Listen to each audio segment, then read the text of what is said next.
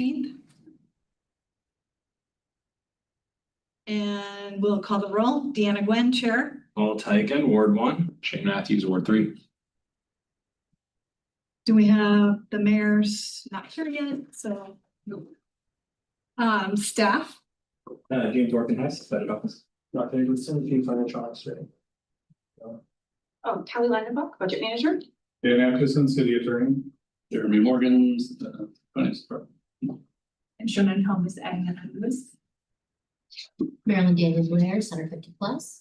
Jennifer Keller, Parks and Rec. Gretchen Bennett, Acting Incapacity Community Services Director. Courtney Bush, Chief Strategy Officer. Krishna Namburi, Interim City Manager. Thank you. Welcome, everyone.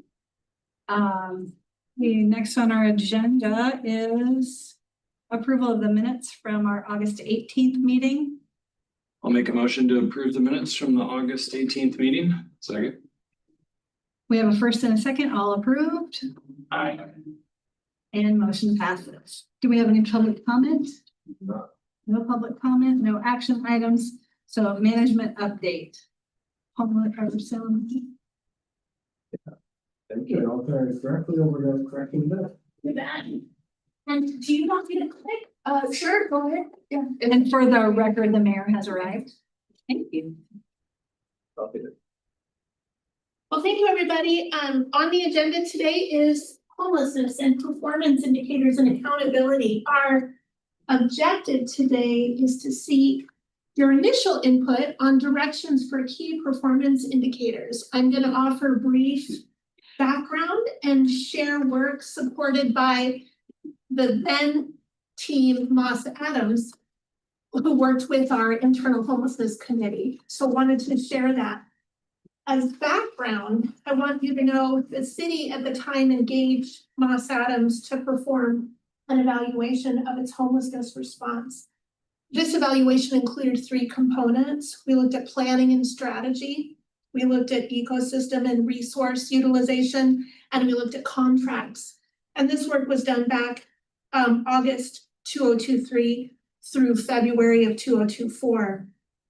One of the recommendations that came out of that report, some of you might remember, is the city can do a better job of communicating the outcomes of the city's homelessness work and services. And so the city could consider developing a dashboard of data to help us with communicating that. Then, after some time went by, the city did re-engage Moss Adams to help work with the team to develop some possible indicators. And so that's what brings us here today. I'm going to show you that work. Let's see, and we welcome your feedback and your direction. Go ahead, Counselor. Of course. So you said there's an internal homelessness committee. I was just wondering who's on. Yes, there is. There is a committee, and it is made up of people who work in different city departments or divisions, including Kelly Landenbach that's with us from the budget office.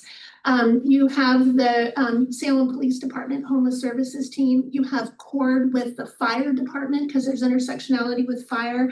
Mark Bechtel with Public Works, for example. We have Mylan with the Parks Division joining us. Jake Snell with our work with debris mitigation and outreach. Let's see, the Salem Housing Authority is a really key part of the team. They help tremendously and different people from there are involved. Mitch from Code Compliance. Thank you. Mitch is a really important member from Code Compliance. And go ahead, please. Oh, and Sergeant Wiedemann. Yes, Sergeant Wiedemann with police, Kathy Ersprung with communications. But we don't have a city council like liaison. We do not. This objective has been, it's an internal group which we brought together back in 2020 with the objective of making sure everybody knew what each other was doing. Right away, when I got involved in homelessness, I became conscious of opportunities to clarify who does what, who's on first base, who's on second, who clarifies this, what are we doing at this location, what's the rule, what's the opportunity. So it began as an opportunity to clarify information, and it's developed into opportunities to coordinate at specific locations, to share information with each other about ways to work together.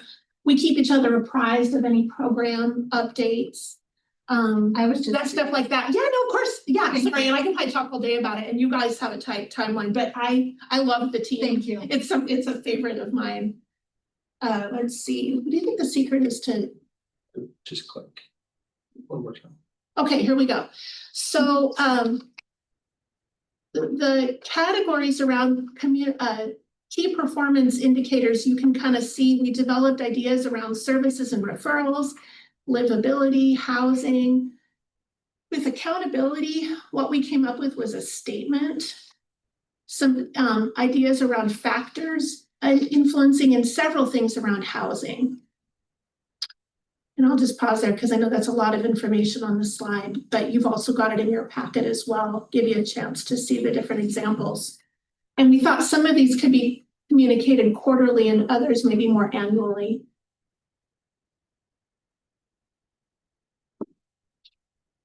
Here's an example about number of hours spent at encampments, a number of referrals made. That's one of the ones you saw on the previous chart. And we collected what the data looked like in that time frame, so you can see when they were where and some trends in their work.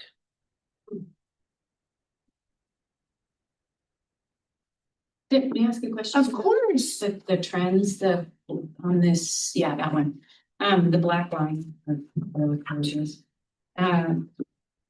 Is that affected by or impacted, changed, altered by like what might be going on or how many people you have doing the work or? Yeah, as well as maybe how much might be a repeat conversation is another thing that comes to mind. If you make a referral one week, I don't think they're going to recount the same referral the next week. It might be just about reinforcing that conversation. That might be an additional factor. I think there's a number of factors would flow into that. Okay. Yeah, if there are referrals to make in the situation, we do, as you know, with your work with Right Along, we run into situations where we don't quite have what's going to exactly match in the situation too. So I think there's several factors that would affect the referral. Right. Yeah. Is- Aren't ready. I'm sorry. Is this sort of data available also year over year? Like I see certainly it seems like there's a seasonality when you look at it on a month by month basis, but just like grand trends from 2020 to 2025. I think there would be from the time this team started. I'm trying to remember what year this team got started.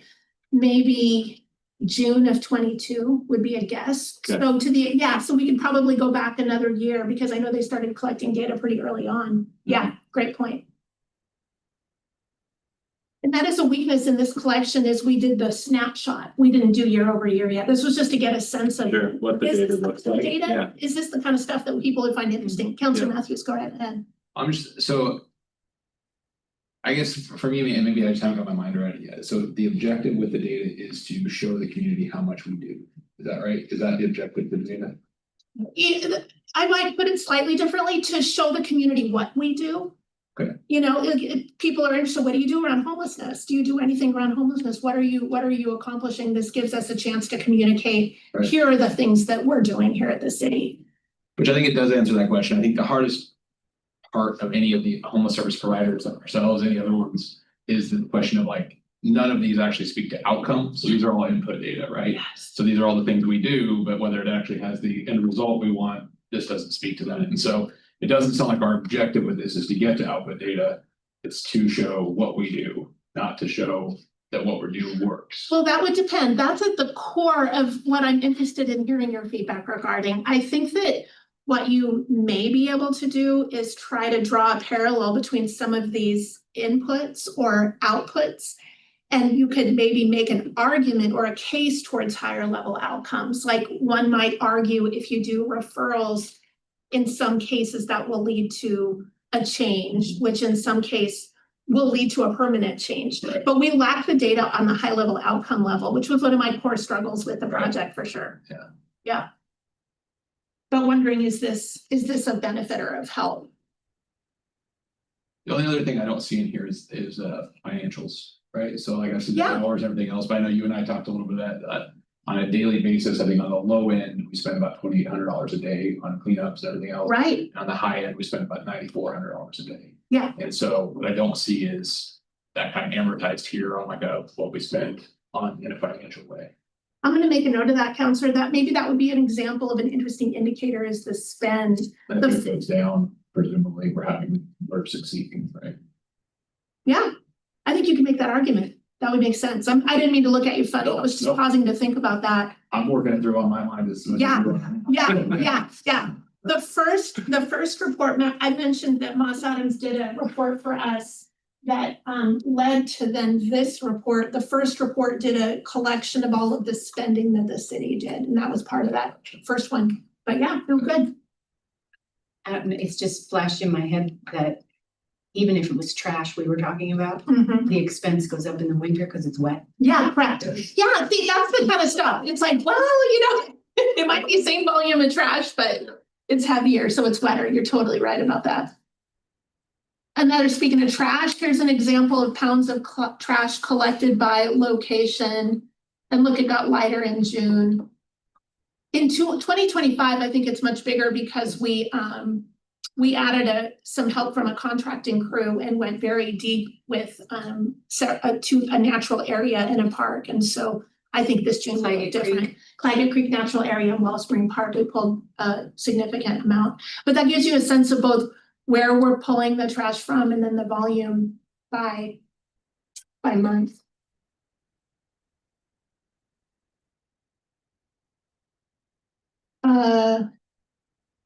And you can drastically see those winter months are exponentially more. Yeah, they are, aren't they? Field staff hours worked. You can kind of see where the team worked. We'll pull less trash out of the right of way, but work there longer, for example, because it's more diffuse.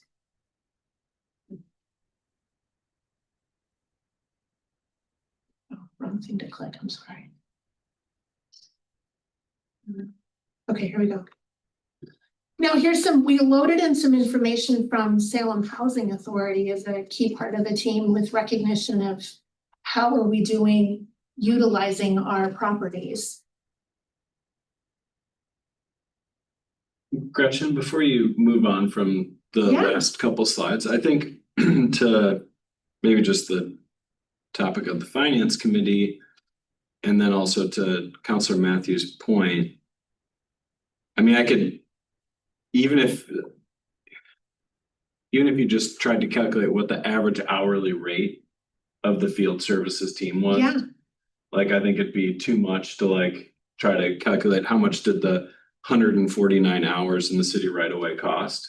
But even if you just gave us a common denominator and then multiplied it out to see what this costs, either for the homeless service team, this one, the field staff, pounds of collection, each one of those has $1 associated to it that I think communicating with the public is necessary to be able to say. Sure. And to Shane's point, yeah, it's inputs, but what we're also trying to communicate is that it's not really the role or shouldn't be the expectation of the city to solve this problem, but it is our role to manage it. And this is what managing it looks like in terms of, dollars to donuts. So I feel like each one of these is remarkable in its own way, but it's kind of lacking that dollar sign punch. Excellent. I've got that note. We can kind of think through what that might be able to look like. I've also wondered if you'd see this data in the context of the broader Mid-Willamette Valley Homeless Alliance strategic plan. As some of you who sit on that know, they've been working towards updating their broader strategic plan. To your point, Counselor, about there's other objectives underway in the community.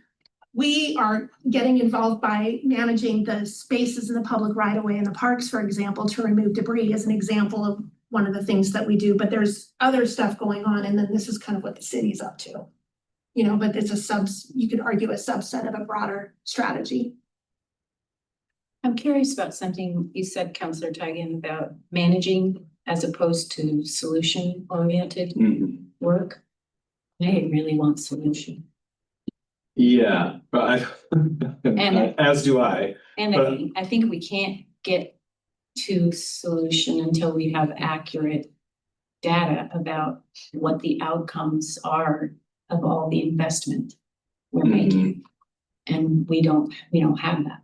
Yeah, I feel like the slides kind of move towards that as we talk about, the number of people who are utilizing the housing services that we have. But I just think about it in terms of some of the communications like the interim city manager has tried to make to the community about, what's the role of the city versus what do we work with our partners at the county on, what do we work with our partners at the state on. The city, the city has a unique responsibility to get involved in cleaning up the right of way and cleaning up city parks. Like the Calvary isn't coming. We have to do that work to manage that part of homelessness. We need to work with our county partners on mental health solutions for the folks who are, so like it's multifaceted, but I feel like these 3 slides are clear descriptions of when people ask, okay, what does it mean to manage homelessness in the city? Like, what's the city doing that no one else could do? That's like the unique city's responsibility. The city's unique responsibility, these get at it. And I think articulating how much does that cost us is a critical. Okay, thank you. Yeah. Thanks for explaining. Occupancy rate by property at the Salem Housing Authority. Would this be a yearly update? Is that what this would be, or would it be quarterly, or like how often? Quarterly, and some of them are annual. Pardon my scroll, No, that's fine. at the risk of making you dizzy. Oh, sorry, I missed that. That's okay. So on the far right is a column. Yeah. We thought what might make sense annually versus quarterly. I see what you're looking at. Yeah. So with the housing part, especially if it's annually, and maybe this is not an easy data to get, so maybe that's why it's not, wouldn't be practical, but one of the premises is just you kind of have to be able to have somewhere for someone to move, right? So if we go into a voucher program and all of our facilities are full, all of our SHA facilities are full, but there's no market rate for them to move into, that kind of still a compounding problem. And so is there a way to add like a market rate occupancy here on how much actual market rate we have available? Thank you for the question. And that may not be an easy data point to get, so it may not be worth the time. Good question. That came up today at a task force listening session we were holding. People were observing rent might go up 10% a year, but Social Security COLA doesn't keep pace with that. So they were discussing that dynamic, for example. Let's see. More data from the Housing Authority. This helps again. You see what's vacant, what's being used, trying to get at that utilization of the housing the city provides. We talked about accountability and ended up coming up with a statement that speaks to the work that we're doing here. So it'd be interesting to invite your thoughts about kind of recognizing we don't have the long-term data at this moment. And so we're focusing on consistently enforcing Salem laws and offering feedback. Mayor, you've spoken about root cause. Addressing the root cause is central to our work. So we played around with the statement, whether that would be helpful to include. And tried to emphasize it's a shared responsibility, to your point about all of the partners with whom we work collaboratively. What does this sentence mean? So it says, due to ever change, so it's talking about addresses issues such as individuals blocking sidewalks, setting up encampments in parks, or sheltering alongside roadsides. The ever-changing nature of these situations, we do not include this data here. But don't we sort of include that data? Isn't that kind of what our whole data is based on? It's how much trash we've picked up, it's how much cleanup we've done. Or is there different data that like I'm not thinking of that we're just not including? Thank you for asking that. If my memory serves me, I'm going to see if anyone remembers anything differently in that discussion.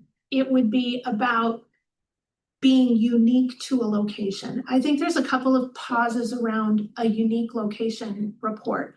Let's take Park A or Street B. If I'm an adjacent property owner, You wanna know how much cleanup was done in your area. you might, but you also might not like that published on the city's website if you're trying to sell that property. And it's like, wow, they have to show up a lot and address this area. You know, there's problems.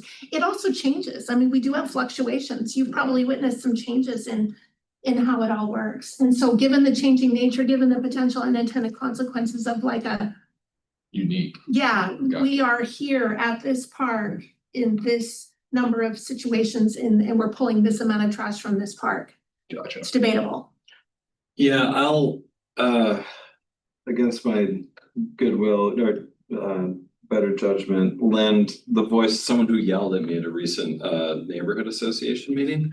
I think if a member of the public saw a slide that said accountability, and I get why we're trying to say this, but there's some people in our community, if they saw a slide like accountability, they want to see the number of citations written for littering, the number of times we arrested somebody for doing drugs within 500 feet of a school or a park.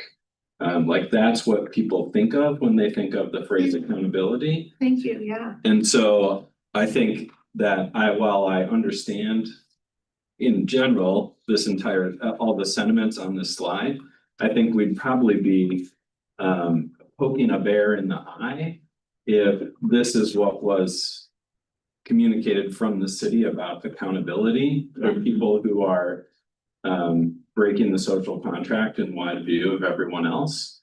And that's the sentiment of the person who used much worse words to my face. Could you repeat their version for me?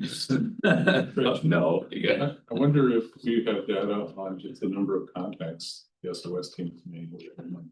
Yeah, absolutely. I just don't understand why we have to sugarcoat it. I mean, if Right. people want to know accountability, I mean, We should be talking about it. yeah, I hear you, Paul. I understand, and I don't like it when people yell at me. Right, I'm just. Well, and I told them like, hey, I signed up for it, you can If yell. there was a slide to support the even the appearance of accountability, it may be helpful to a wide population that wants to know that that is happening. Cause I think, and I mean, it's we're like, gonna be telling people we're spending a lot of money on this.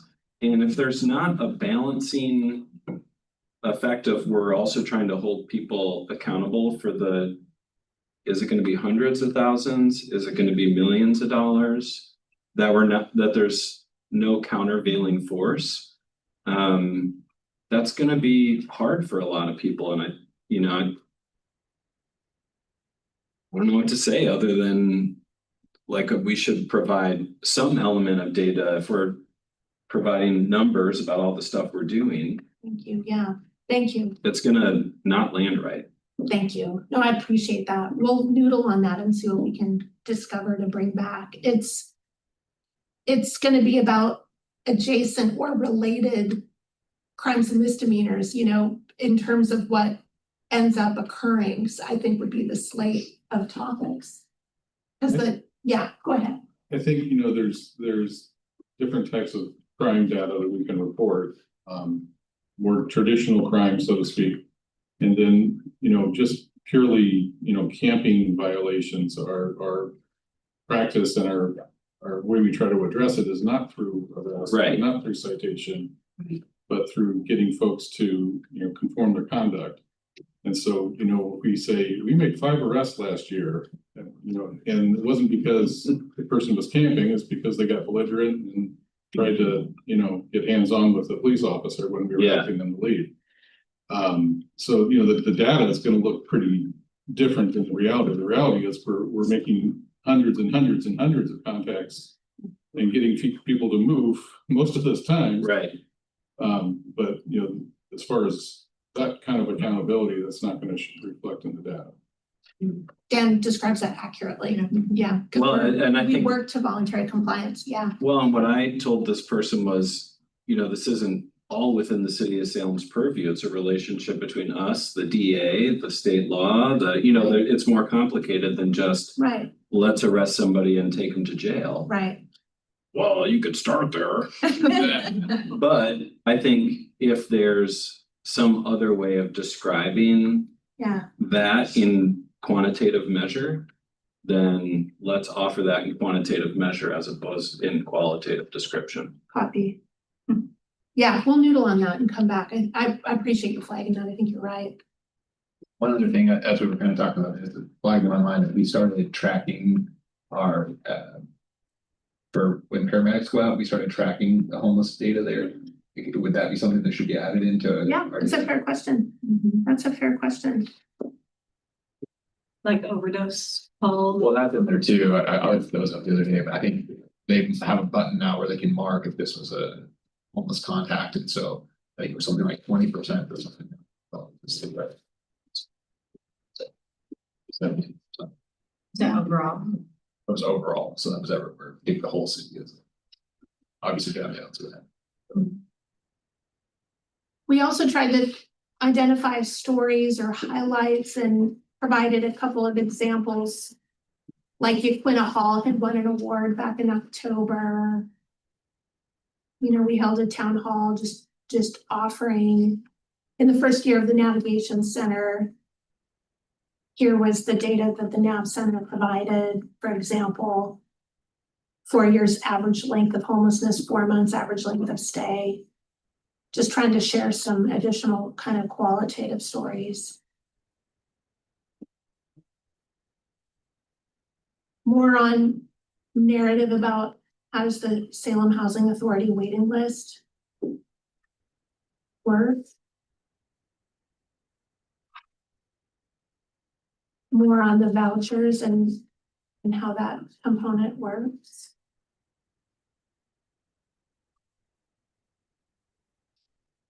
And then some definitions of data. But thank you. You've given me a few areas to go back and work towards and noodle on, and I appreciated that. That's just kind of what I was Yeah. hoping for, is to kind of bring you, this is where we are at the moment. How is this data hitting for you? And so I'll work on these items with the team and come back with some revisions when we're ready on that, if that sounds all right. I'd just like to reiterate a couple points. I think that this data collected would be a useful communication tool for counselors, the mayor, for the city staff to be able to say, this is how much we spend, this is what we're doing. But in any time you have the ability to, like the accountability statement, actually have quantitative measurements, that's gonna be better than statements. Copy. But I also think what we're up against when we talk to people about the state of the city and the prevalence of homelessness and the impacts of homelessness on the city is that we're responding to what people are seeing with their eyes on a daily basis, right? And so if we try to tell them, well, this is all the trash we removed, or these are the number of times we, people are like, yeah, but have you seen Market Street? Like, it won't matter to them in the same way. And so I think the thing that would make the data even more powerful is as much longitudinal data as you can provide that shows more of a trend in terms of the city's been doing more. We've collected more trash. The SOS team's been more out there, and thank goodness we're doing that. Or the number of contacts made in downtown has gone down in the last 3 years, or compared to when, because when people tell me things, the only thing I have to give them is like, well, here's what I remember. And it's my memory versus your memory. And like, well, that's only gonna get you so far. But I remember when people were camping around Rite Aid, and I don't think downtown is as bad as it was back then. But people care about what downtown looks like now. And so I feel like more longitudinal data would be helpful for those conversations too. Thank you. Great point. And by that, you mean a longer window? Yeah, I'm sorry, that's a Yeah. dorky term. Yes, like 2000 to 2025. 2008 to 2025. Yeah. Those kinds of data would be important. Thank you for your time. I know you have other items on the agenda. Thank you so much. We'll come back. Yes, I would just like to see another track of progress between what are the actual outcomes? I would like, that's not a possibility, I'm sure, right now, but in my dream world, Yeah. we would know Yeah. how it's going. Yeah, in terms of concrete partnership actions and, yeah. Very good. Thank you all for your time. Thank you. Thanks, Gretchen. All right, moving on to continued business, community services, user fee study. Our recurring item, yes. Yes, yeah, welcome to our recurring segment. Groundhog Day.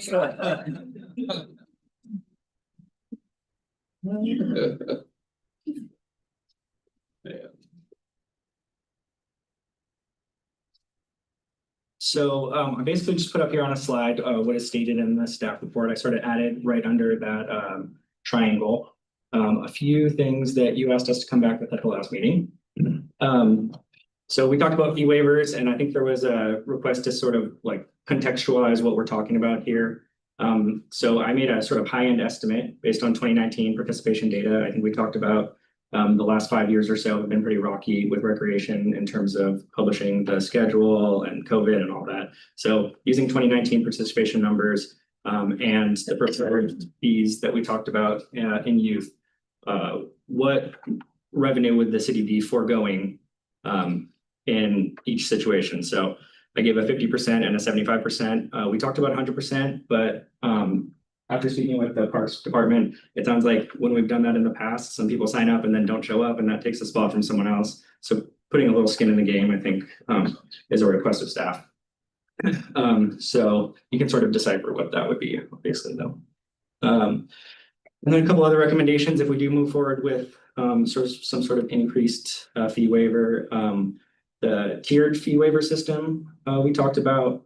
Currently, we have a yes or no, opt-in, opt-out, based on their current participation in like free and reduced lunch programs, the Oregon Health Plan, or have an Oregon Trail Card. So really easy for us to just verify yes or no, you don't qualify.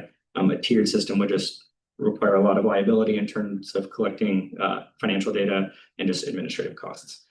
And then the other thing is, if you do move forward, we'd like just to specify that this would apply to all youth recreation programs except for contracted programming, which wasn't part of this fee study just because those are sort of set out separately in contracts. The Salem Kids Relay, which already receives financial support from the schools, and they have a sort of program for that. And then the recreational distance fun runs, those are pretty low cost events. We're not really requesting a big fee increase for those, and historically finances haven't seemed to be a problem for participation. So those are just what we talked about. I'm happy to answer any questions. Otherwise, our recommendation is sort of the same for the fee schedule. I spent a lot of time reading through that, and I like all of this. My only concern is if we only allow a fee waiver for those, is there any exception, I guess is my question? Because what about those folks that are on the cusp and they're barely surviving month to month? They don't qualify for any of these services that you're talking about, but they may keep their kids out of one of these programs simply because they don't qualify for a waiver. Jen? So typically, James is correct. We use the threshold that he provided because that makes a very clear delineation for us.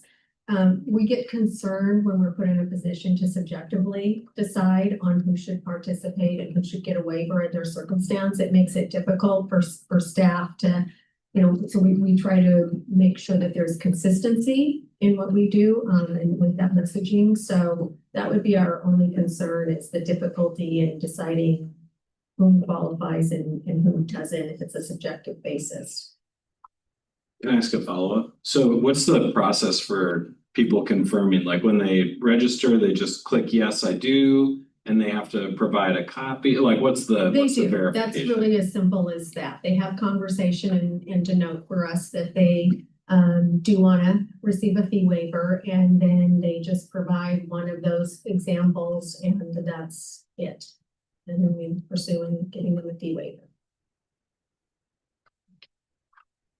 I mean, at the 50%, I mean, I'm sitting here looking at the numbers. It's on like a multi-week sports program, which looks to be like one of our more expensive ones. Is that right? That's kind of a more expensive one. It would be 131, half of that, was that 65? Again, that, not my greatest thing. So if anyone's, you know, I must be right. So 65. I mean, it is, you know, compared to any other sports thing they would do in the entire community, that's gonna be far cheaper for a multi-week week thing. So I don't know. I think it is true. I think there are gonna be people that probably still will fall through the cracks a little bit, but well, for the most part, a lot of these are $47, so half off of that, you're down at $23.50.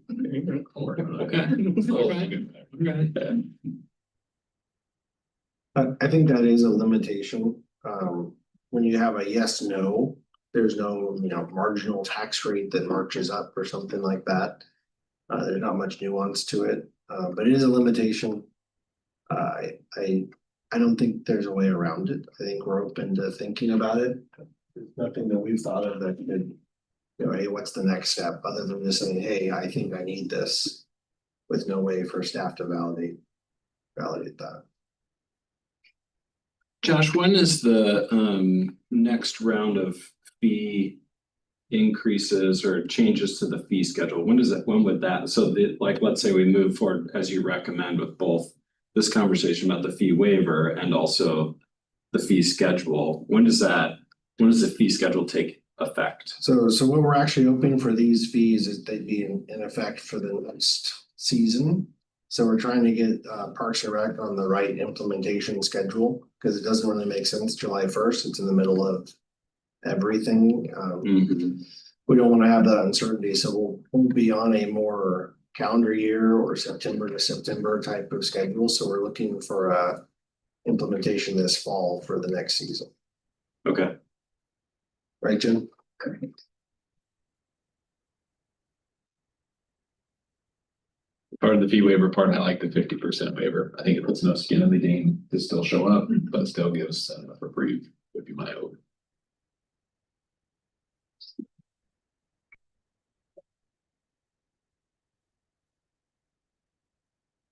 Yeah, I personally would, I think the 75% waiver feels better to me, and to be honest, like, I think that either one, whichever one we or the council decide to move forward with, I feel like this is the better thing that's happening, if there's, for lack of a better term. I really want to highlight this as something that we feel like, and I know that the whole fee waiver system, the whole fee increases or adjustments that we're talking about, are sort of, we kind of considered going one way, but because of the levy, we've decided to go another way. And this feels really emblematic to that. So from a city standpoint, the $17,000 is kind of in the wash when the community has signed up for, 17 million a year. So. I have a question. I see the loss. What does it mean what is the savings? I don't remember the amounts of the fees. I know you pay them, right? You pay fees for kids to participate. We haven't done any city stuff since, the tennis program a number of years ago. So, but we pay, we do other, like Mid-Valley Willamette Soccer or whatever. Yeah. So what's it mean to a real person? If you cut it by 75%, what is it?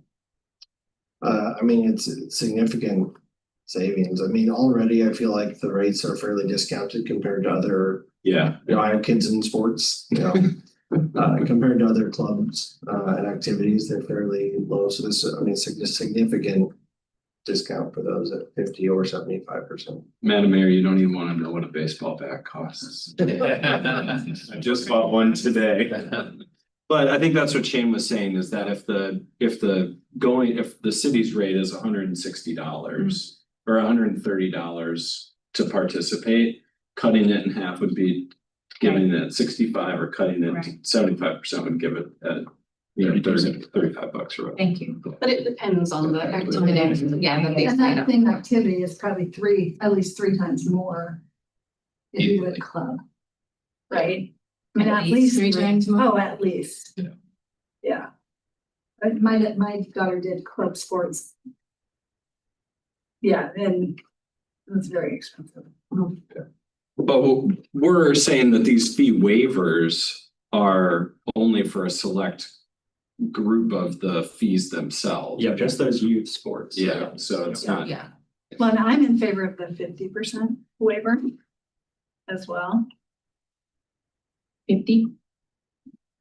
Like, I mean, we can also take both of them to council on the council Yeah. side, because I can be convincing, I mean, the difference in Yeah. price isn't massive for the city, it's not a cost savings. My only indicator was, will people show up, right? That's my biggest thing, is I don't want it to be so low that it was such a non-amount that you end up with low participation because people have showed up and then they just don't show up to the program because they're not invested financially. So I do want to strike the balance, but I'd be okay with taking both these to council and then letting council decide. I hear you on that. And 50% feels better to me. It's not about the money. Yeah. It's about not making it seem like it's not worth joining. Yeah. You know what I mean? Like it diminishes the perceived value of what you're going to receive if it goes too far. Too low. I'm just seeing my brain refreshed. What's our current policy? We got rid of the fee waivers or? So they're 20%. Yeah. I say we should move one number to council, because if we move two numbers to council, we're gonna have a needless community conversation. Okay. Right. About who cares about kids more, Okay, and I guarantee it'll end up being 75%. okay. So if this finance committee wants to say, hey, you know what? We've balanced both participation and improving the discount based on the levy, then let's move 50% forward. I'm in favor of that. I'm good. Is that your motion? Yeah, I'll make a motion. I'll own the motion that we move forward as the city, as staff has recommended. Second. With a 50%. Into the increase in the fee to 50% for these kids' activities. All in favor? Aye. Aye. And it'll make a better headline. We could cut the fees in half. Did you vote, Counselor? Yeah, oh, I voted aye, yeah. Just to hear your aye. Counselor, in your motion, did you mean the whole recommendation or just the fee waiver piece? Yeah, no, I'm going back and in my mind, coming into today's meeting, I was thinking, you know, if we just move the fee waiver forward, it'd be a motion of goodwill to the community.